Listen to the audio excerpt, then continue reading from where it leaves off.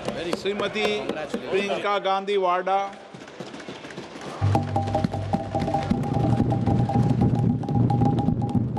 अध्यक्ष महोदय जी, आपने आज मुझे इस चर्चा में भाग लेने का मौका दिया, इसके लिए मैं आपको धन्यवाद देती हूं।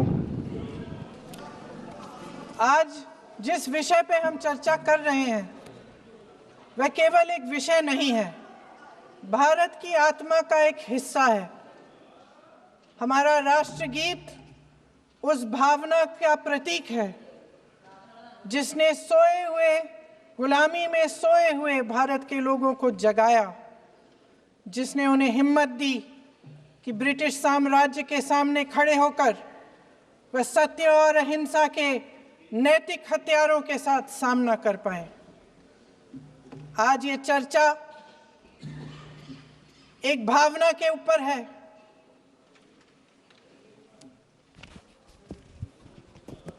और जब हम वंदे मातरम का नाम लेते हैं तो वही भावना हमारे दिल में उजागर होती है।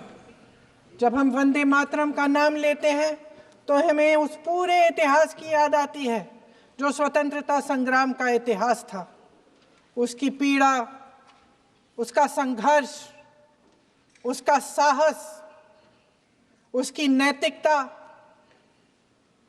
उसका जो बल था कि ब्रिटिश साम्राज्य उसके सामने झुका। अध्यक्ष महोदय, वंदे मातरम उस आधुनिक राष्ट्रवाद की अभिव्यक्ति है जिसने भारत के लोगों को एक राजनीतिक और नैतिक आकांक्षा से जोड़ा, जिसने भारत के लोगों को एक साझा नियति के उत्तराधिकारी, एक साझा भविष्य के निर्माता के रूप में देखा। लेकिन आज की ये बहस मुझे कुछ अजीब सी लग रही है। जैसे मैंने कहा, ये गीत देश की आत्मा का हिस्सा बन चुका है। 150 सालों से देशवासियों के दिलों में ये गीत बस चुका है।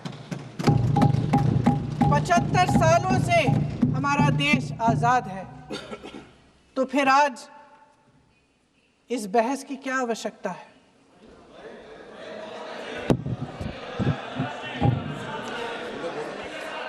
हमारा यहाँ मकसद क्या है? जनता से हमें दिया गया दायित्व, जनता का विश्वास, उनके प्रति हमारी जिम्मेदारी, हम किस तरह से इसका इस्तेमाल कर रहे हैं, हमें ये सोचना चाहिए। क्योंकि अब इस मोड़ पर हम इस सदन में अपने राष्ट्रगीत पर भी बहस करेंगे। आपने बहस मांगी है, आपने बहस मांगी है। आप तो इलेक्टोरल रिफॉर्म्स की बहस नहीं मांग रहे थे कि जब तक हम इस पर बहस नहीं करेंगे तब तक उस पर बहस नहीं होगी। इसकी वजह क्या है? इसकी वजह क्या है? हम आज यहाँ ये बहस क्यों कर रहे हैं? हमारा राष्ट्रगीत है, इस पर क्या बहस हो सकती है? हम ये बहस यहाँ आज 2 वजहों से कर रहे हैं। पहला कि बंगाल का चुनाव आ रहा है, हमारे प्रधानमंत्री अपनी भूमिका निभाना चाहते हैं उसमें। और दूसरी वजह ये है, ये मकसद है, पुरानी मकसद इनकी, अध्यक्ष महोदय, कि जिन्होंने स्वतंत्रता की लड़ाई लड़ी, जिन्होंने देश के लिए बड़ी बड़ी कुर्बानियां दी, उन पर सरकार नए आरोप लादने का मौका चाहती है। देश का ध्यान फिर से जनता के ज्वलंत मुद्दों से भटकाना चाहती है। यही एक मकसद है आपका। आपका मकसद है कि हम फिर से उसी अतीत में मंडराते रहें, उसी की तरफ हम देखते रहें जो हो चुका है, जो बीत चुका है, क्योंकि ये सरकार वर्तमान और भविष्य की ओर देखना ही नहीं चाहती। वे इस काबिल ही नहीं रही। सच्चाई ये है अध्यक्ष महोदय कि आज मोदी जी वह प्रधानमंत्री नहीं रहे जो एक समय में थे। सच ये है कि ये दिखने लगा है, उनका आत्मविश्वास घटने लगा है, उनकी नीतियां देश को कमजोर कर रही हैं। और मेरे सत्ता पक्ष के साथी चुप इसलिए हैं क्योंकि अंदर अंदर से वे भी इस बात से सहमत हैं। आज देश के लोग खुश नहीं हैं अध्यक्ष महोदय, परेशान हैं, तमाम समस्याओं से घिरे हुए हैं, तमाम समस्याओं से घिरे हुए हैं, और उन समस्याओं का हल आप निकाल नहीं रहे हैं। हाँ ठीक है, उसका भी बोल लेंगे, समय आएगा तो उसका भी बोल लेंगे, बल्कि कल समय आ रहा है, चुनाव पे चर्चा होगी, उस पे भी बोलेंगे। अध्यक्ष महोदय, इनके भी अपने लोग दबी जबान में कहने लगे हैं कि सारी सत्ता को केंद्रित करने से देश का नुकसान हो रहा है। इस बीच अगर हम अतीत की बातें नहीं करेंगे तो कौन सी बातें करेंगे? ये किसी और बात के काबिल ही नहीं है, सिर्फ ध्यान भटकाना है जनता का। इसलिए आज हम वंदे मातरम पर चर्चा कर रहे हैं। वंदे मातरम देश के कण कण में जीवित है, इस पर बहस नहीं हो सकती। लेकिन चलिए, आपने बहस मांगी, आप बहस करना चाहते हैं, बहस करते हैं। आज इस चर्चा को प्रधानमंत्री जी ने शुरू किया, उन्होंने भाषण दिया, और इसको कहने में कोई झिझक नहीं है कि भाषण अच्छा देते हैं, थोड़ा सा लंबा, लेकिन भाषण अच्छा देते हैं। सिर्फ एक कमजोरी है, अगर आप इजाजत दे तो मैं बोलूं, एक कमजोरी है। हाँ, उसी पे बोल रहे हैं, वंदे मातरम पे बोलो आप। अब सर मैंने तारीफ कर ली, थोड़ा आज विषय वंदे मातरम का है तो हम वंदे मातरम पर ही रखें, ठीक रहेगा सर। ये वंदे मातरम पे ही है सर। आपने प्रधानमंत्री जी को सुना था, अब तो शुरू नहीं हुए। सर भाषण बहुत अच्छा देते हैं, लेकिन तथ्यों के मामले में कमजोर पड़ जाते हैं, बहुत कमजोर। इसमें भी एक कला होती है कि तथ्यों को किस तरह से जनता के सामने रखा जाए। मैं तो नहीं हूं, जनता की प्रतिनिधि हूं, कलाकार तो नहीं हूं। इसीलिए मैं भी सदन के सामने कुछ तथ्य रखना चाहती हूं, लेकिन सिर्फ तथ्य के रूप में रखना चाहती हूं।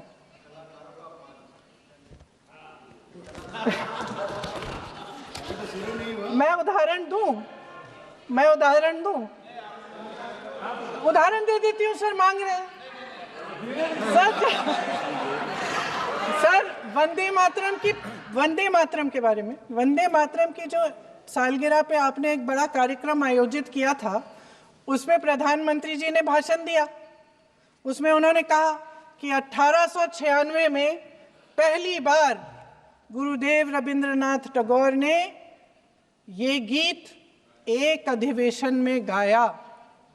उन्होंने ये नहीं बताया कि कौन सा अधिवेशन था, महासभा, हिंदू महासभा का अधिवेशन था, आरएसएस का अधिवेशन था, किस बात से कतरा रहे थे कि ये कांग्रेस का अधिवेशन था। और उदाहरण दूं कि मैं अपना भाषण जारी रखूं, दे रही हूं। जो वंदे मातरम की जो क्रोनोलॉजी है वो भी आप समझिए, जो असली क्रोनोलॉजी है। 1875 में महाकवि बंकिम चंद्र चट्टोपाध्याय ने इस गीत के पहले दो अंतरे लिखे, जो आज हमारे राष्ट्रगीत घोषित हुए हैं, मतलब जो घोषित हुए थे और जिसको हम आज अपना राष्ट्रगीत कहलाते हैं। ये पहले दो अंतरे लिखे 1882 में। 7 साल बाद उनका एक उपन्यास प्रकाशित हुआ, आनंद मठ। उस उपन्यास में यही कविता उन्होंने प्रकाशित की, लेकिन इसमें 4 अंतरे जोड़ दिए। 1896 में कांग्रेस के अधिवेशन में गुरुदेव रविंद्रनाथ टैगोर ने पहली बार ये गीत गाया। 1905 में बंगाल के विभाजन के खिलाफ आंदोलन के समय वंदे मातरम जनता की एकता की गुहार बनकर गली गली से उठा। गुरुदेव रविंद्रनाथ टैगोर जैसे महान स्वतंत्रता सेनानी इस गीत को खुद गाते हुए बंगाल की सड़कों पर उतरे। विद्यार्थियों से लेकर किसानों तक, व्यापारियों से लेकर वकीलों तक, हर कोई ये गीत गाने लगा। इस गीत की शक्ति को समझिए। ब्रिटिश साम्राज्य इसको सुनकर कांपता था और हमारे देशवासी इसको सुनकर वह मन बनाते थे, वह हिम्मत बनाते थे कि इस भयंकर साम्राज्य के खिलाफ सत्य और अहिंसा के नैतिक हथियारों को लेकर शहीद होने की तैयारी करते थे। ये गीत मातृभूमि के लिए मर मिटने की भावना को जगाता है। इस गीत की शक्ति ये है, इस गीत का हमारे देश से जुड़ाव ये है। लेकिन 1930 के दशक में हमारे देश में जब सांप्रदायिक राजनीति उभरी, तब ये गीत विवादित होने लगा। 1937 में, अब ये मैं दूसरा उदाहरण देने वाली हूँ क्योंकि प्रधानमंत्री जी ने अपने भाषण में इसका उल्लेख किया और गलत किया, इसीलिए मैं इसके जो सच्चे जो तथ्य हैं वो आपके सामने रख रही हूँ। 1937 में नेताजी सुभाष चंद्र बोस कांग्रेस का अधिवेशन कलकत्ता में होने जा रहा था, उसका आयोजन कर रहे थे। तो जो मोदी जी ने पत्र सुनाया सदन में 20 अक्टूबर का और कहा कि जवाहरलाल नेहरू जी ने नेताजी को ये चिट्ठी लिखी और ये कहा कि इस पर चर्चा होनी चाहिए, उससे पहले 3 दिन पहले नेताजी सुभाष चंद्र बोस ने पंडित जवाहरलाल नेहरू को एक चिट्ठी लिखी थी जिसका जिक्र आपके प्रधानमंत्री ने नहीं किया। और इस चिट्ठी में सुन लीजिएगा,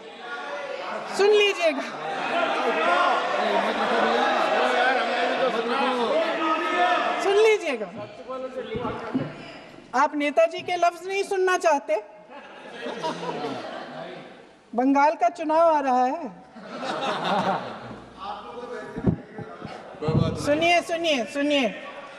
सुनिए। हाँ, कोई बात नहीं, हम तो देश के लिए हैं, हम देश के लिए हैं। आप चुनाव के लिए हैं, हम देश के लिए हैं। हम जितने भी चुनाव हारे, हम यहाँ बैठे रहेंगे और आपसे लड़ते रहेंगे और आपकी विचारधारा से लड़ते रहेंगे। अपने इस देश के लिए, अपनी इस मिट्टी के लिए लड़ते रहेंगे। आप हमें रोक नहीं सकते।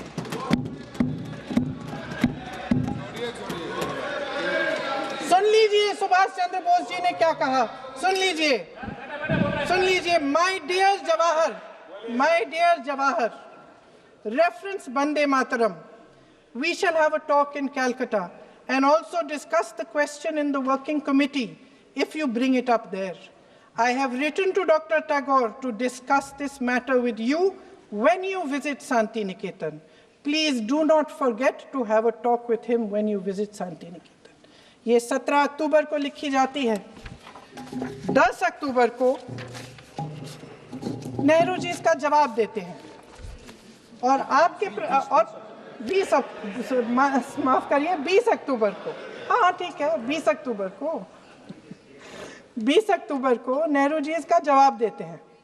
इस जवाब की एक पंक्ति प्रधानमंत्री जी ने सुनाई, बाकी पंक्तियां क्यों नहीं सुनाई? क्योंकि उनमें नेहरू जी क्या कह रहे हैं? There is no doubt that the present outcry against Vande Mataram is to a large extent a manufactured one by the communalists.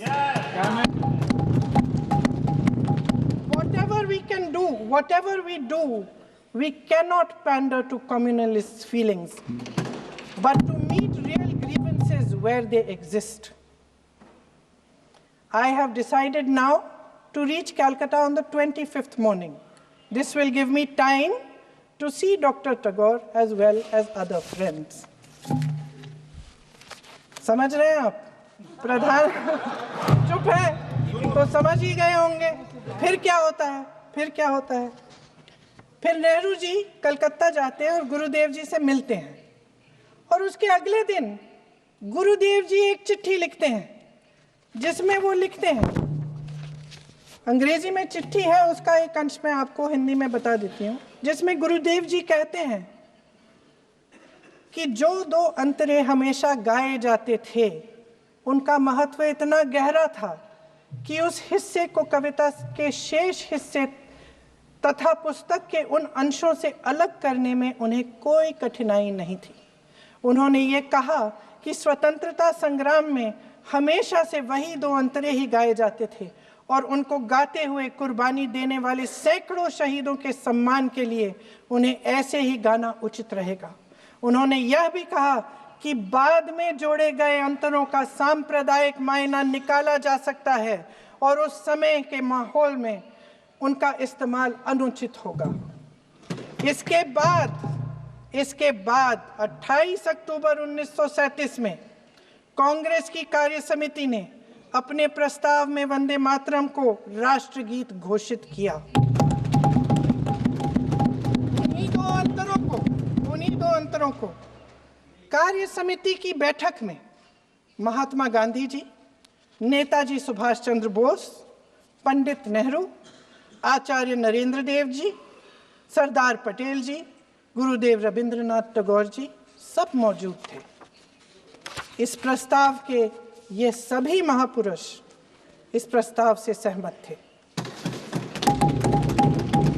आगे क्या होता है ये भी सुना लूं। भारत की आजादी के बाद जब इसी गीत के इन्हीं दो अंतरों को 1950 में डॉक्टर राजेंद्र प्रसाद जी ने संविधान समिति में भारत का राष्ट्रगीत घोषित किया, तब लगभग यही महापुरुष मौजूद थे। इनके साथ साथ BR अम्बेडकर जी भी सभा में थे और इनके साथ साथ मेरे सत्ता पक्ष के साथियों के नेता श्री श्यामा प्रसाद मुखर्जी भी मौजूद थे। वही दो अंतरे राष्ट्रगीत घोषित किए। किसी ने कोई आपत्ति जारी नहीं की, कोई आपत्ति नहीं जताई। वैसे इन तथ्यों के साथ जुड़ा एक और तथ्य भी है जो मैं यहाँ पे आपके सामने रखना चाहती हूँ। आज हम अपने राष्ट्रगीत पर बहस कर रहे हैं, लेकिन हमारा राष्ट्रगान भी एक कविता का एक अंश ही है, एक लंबी कविता का एक अंश है। और इन दोनों राष्ट्रगीत और राष्ट्रगान के अंश को चुनने में सबसे बड़ी भूमिका गुरुदेव रविंद्रनाथ टैगोर की थी। वंदे मातरम के स्वरूप पर सवाल उठाना, जिसे संविधान सभा ने स्वीकार किया, न सिर्फ उन महापुरुषों का अपमान करना है जिन्होंने अपने महान विवेक से ये निर्णय लिया, मगर एक संविधान विरोधी मंशा को भी उजागर करता है। क्या सत्ता पक्ष के हमारे साथी इतने अहंकारी हो गए हैं कि अपने आप को महात्मा गांधी जी से, रविंद्रनाथ टैगोर जी से, राजेंद्र प्रसाद जी से, बाबा साहब अम्बेडकर जी से, मौलाना आजाद जी से, सरदार पटेल जी से, सुभाष चंद्र बोस जी से बड़ा समझने लग गए हैं? मोदी जी का अपने भाषण में ये कहना कि राष्ट्रगीत को एक विभाजनकारी सोच द्वारा काटा गया, उन सब महापुरुषों का अपमान है जिन्होंने अपना पूरा जीवन इस देश की आजादी की लड़ाई में झोंक दिया। वंदे मातरम को विभाजित करने का आरोप लगाकर आप पूरी संविधान सभा पर आरोप लगा रहे हैं, उसके हर एक नेता को दोषी ठहरा रहे हैं। यह हमारी संविधान सभा और हमारे संविधान का खुला वार है। और जहां तक जवाहरलाल नेहरू जी की बात है, जितनी देर हमारे प्रधानमंत्री देश के प्रधानमंत्री रहे हैं, 12 साल हो गए हैं, लगभग उतने ही सालों के लिए जवाहरलाल नेहरू जी जेल में रहे। किस लिए? इस देश की आज़ादी के लिए। उसके बाद 17 साल के लिए प्रधानमंत्री रहे। आप बड़ी आलोचना करते हैं इनकी, लेकिन अगर इन्होंने इसरो नहीं बनाया होता तो आज आपका मंगलयान नहीं होता। अगर DRDO नहीं बनाया होता तो तेजस नहीं बनता। अगर IIT और IIM नहीं बनाए होते तो हम आज IT में आगे नहीं होते। अगर एम्स नहीं बनाया होता तो हम कोरोना की जब बड़ी चुनौती का सामना कैसे करते? हाँ, वही बना रहे हैं, नहीं बराबर कुछ भी। इसका मतलब है इस मुद्दे का जवाब नहीं है आपके पास है? अगर इन्होंने BHEL, गेल, सेल, भाखड़ा नंगल ये सब नहीं बनाया होता जो आप सब बेच रहे हैं, तो ये विकसित भारत कैसे बनता? और मत कहिए बाकी। पंडित जवाहरलाल नेहरू इस देश के लिए जिए, सुन लीजिए, बाकी भी बेच देंगे। पंडित जवाहरलाल नेहरू इस देश के लिए जिए और देश की सेवा करते करते उन्होंने दम तोड़ा। फिर भी सुन लीजिए, मेरी एक सलाह ले लीजिए। सर मैं आपको आपके माध्यम से सलाह दे रहे हैं। अब छोड़ना नहीं है। सर मैं आपके माध्यम से एक सलाह दे देती हूँ। हमारे प्रधानमंत्री महोदय 12 सालों से इस सदन में हैं, मैं मात्र 12 महीनों से हूँ। फिर भी छोटी सी सलाह है। उन्होंने अभी हाल ही में चुनाव था, कुछ महीनों पहले उन्होंने एक सूची निकाली थी कि विपक्षी दलों ने और विपक्ष के नेताओं ने कितने अपमान किए हैं इनके, और उसमें शायद 90-99 ऐसे उन्होंने अपमानों की सूची बनाई थी। तो मैं उनको एक छोटी सलाह देना चाहती हूँ कि नेहरू जी से जितनी भी शिकायतें हैं, जितनी भी गलतियाँ उन्होंने की आपके जहन में, जितनी भी गालियाँ देनी है, जितना भी अपमान करना है, उसकी भी एक सूची बना दीजिए। नहीं, बात खत्म नहीं है। 999 अपमान, 9,999 अपमान, सूची बना दीजिए और फिर हम एक समय निर्धारित करते हैं। जैसे हमने 10 घंटे आज वंदे मातरम पर हमने बहस किया है ना, उस तरह से हम अध्यक्ष महोदय जी से पूछेंगे, एक समय निर्धारित करेंगे, 10 घंटे, 20 घंटे, 40 घंटे, जितने घंटों में आपकी ये शिकायत पूरी हो जाए, माननीय सदस्य आप शांत हो जाएं और हम बहस कर लेंगे। लेकिन इस सदन का कीमती समय, जिसके लिए हमें यहाँ पे जनता ने भेजा है, जैसे हमें जनता की समस्याओं को हल करने के लिए चर्चा करनी चाहिए, इस्तेमाल करना चाहिए, उसको एसी के लिए इस्तेमाल करिए। उसके बाद जैसे अंग्रेजी में कहते हैं ना, जैसे अंग्रेजी में कहते हैं कि once and for all let's close the chapter, close कर लीजिए। देश सुन लेगा क्या क्या शिकायतें हैं, किसने क्या किया, इंदिरा जी ने क्या किया, राजीव जी ने क्या किया, परिवारवाद क्या होता है, नेहरू जी ने कौन सी गलतियां की, सुना लीजिए, फिर खत्म। उसके बाद बेरोजगारी, महंगाई, महिलाओं की समस्याएं, जो पीएमओ में हो रहा है उसकी बातें, उसकी चर्चा, जो बैटिंग ऐप के बारे में हो रहा है पीएमओ के अंदर, आप सदस्य प्लीज, जो एप्स्टीन फाइलों में आपके मंत्री महोदय के नाम निकल आए हैं, माननीय उसकी चर्चा करेंगे। आप वंदे मातरम पे बोले, आप इधर उधर डाइवर्ट मत हो।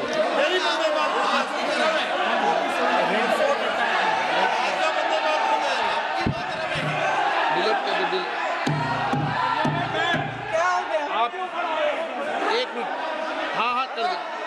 क्या हो गया? अंत में चिड़ी गए।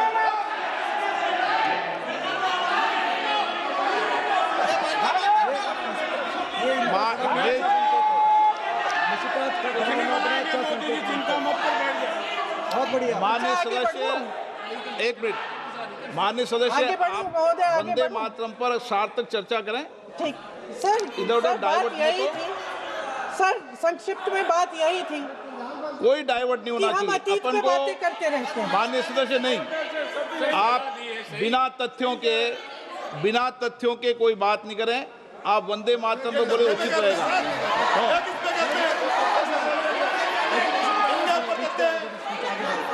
मैं प्लीज, अध्यक्ष महोदय, मैं आपकी बात मानती हूँ, लेकिन बिना तथ्य के बहुत सालों के लिए ये हम पर आरोप डाल रहे हैं।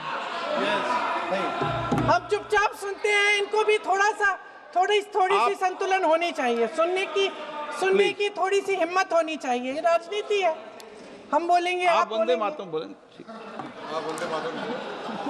वंदे मातरम सर। महोदय, आज की ये बहस सिर्फ ध्यान भटकाने के लिए की जा रही है। क्योंकि ये सरकार इस देश के वर्तमान की असलियत छिपाना चाहती है। आज देश का युवा कितना परेशान है, कितनी मुश्किल में है। पेपर लीक होते रहते हैं, बेरोजगारी है, महंगाई इतनी बढ़ चुकी है। इसकी चर्चा हम सदन में क्यों नहीं कर रहे हैं? आरक्षण के साथ जो हो रहा खिलवाड़ है, उसकी चर्चा हम यहाँ क्यों नहीं कर रहे हैं? महिलाओं की बात होगी, बड़े बड़े ऐलान होंगे, मगर उनकी परिस्थितियों को सुधारने के लिए कोई ठोस कदम यहाँ क्यों नहीं उठाया जा रहा है? इन्हीं दरवाजों के बाहर खड़े होकर पत्रकार तरह तरह, आपने कहा कि आरोप मत लगाइए बगैर तथ्य के, तो मैं बोलूं कि नहीं बोलूं? नहीं, बिल्कुल नहीं। सर क्यों नहीं बोल? नो, आप उधर की बात मत बोलो। आप जल्दी से बोल लेते हो, फिर सदन आप में बंद जो कर कुछ देना। भी बोले हैं वो तथ्यों से बोले। आपको हर चीज ऑथेंटिक करनी पड़ेगी, इसलिए आप तथ्यों से बोले। तख्ते पे लगाए। अच्छा सर, बड़े बड़े शहरों में प्रदूषण है, लेकिन हम इस सदन में बैठकर सिर्फ छोटी छोटी बातें करेंगे। जी, जो अतीत की बातें हैं ना, जो बार बार आप चाहते हैं कि हम पीछे देखें, लेकिन हम आगे भविष्य की बात, वर्तमान की बात, जो असली समस्याएं हैं उनकी बात न करें, ये छोटी बात होती है।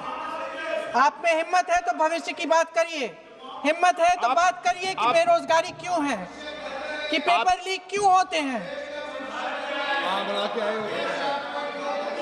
आप चेयर को एड्रेस करें। आपको अच्छा, खत्म कर लेती हूँ, चेयर खत्म के कर एड्रेस लेती करो हूँ। आप।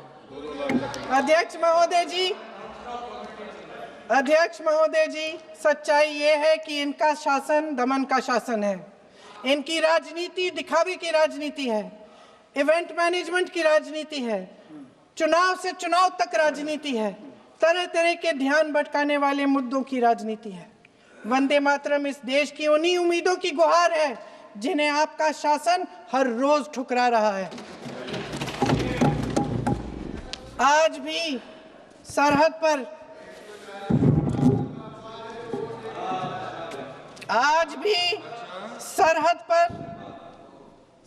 पर जवान जब दुश्मन का सामना करता है तो उसकी छाती में वंदे मातरम गूंजता है। आज भी जब हमारा खिलाड़ी अंतर्राष्ट्रीय खेलों में जाता है तो उसके दिल की धड़कन में वंदे मातरम होता है। आज भी इस देश के करोड़ों देशवासी जब अपने राष्ट्र ध्वज को फहराते हुए देखते हैं तो उनकी जबान पर वंदे मातरम, वंदे मातरम, वंदे मातरम आता है। कांग्रेस के हर एक अधिवेशन में 1905 से लेकर आज तक सामूहिक तौर पर वंदे मातरम गाया जाता है। आपके अधिवेशनों में गाया जाता है कि नहीं, ये बताइए। अपने देश की आत्मा के इस महामंत्र को विवादित करके आप एक बहुत बड़ा पाप कर रहे हैं। इस पाप में कांग्रेस पार्टी शामिल नहीं होगी। ये राष्ट्रगीत वंदे मातरम हमेशा से हमें प्यारा है, हमेशा से हमारे लिए पवित्र रहा है और हमेशा के लिए हमारे लिए पवित्र रहेगा। धन्यवाद।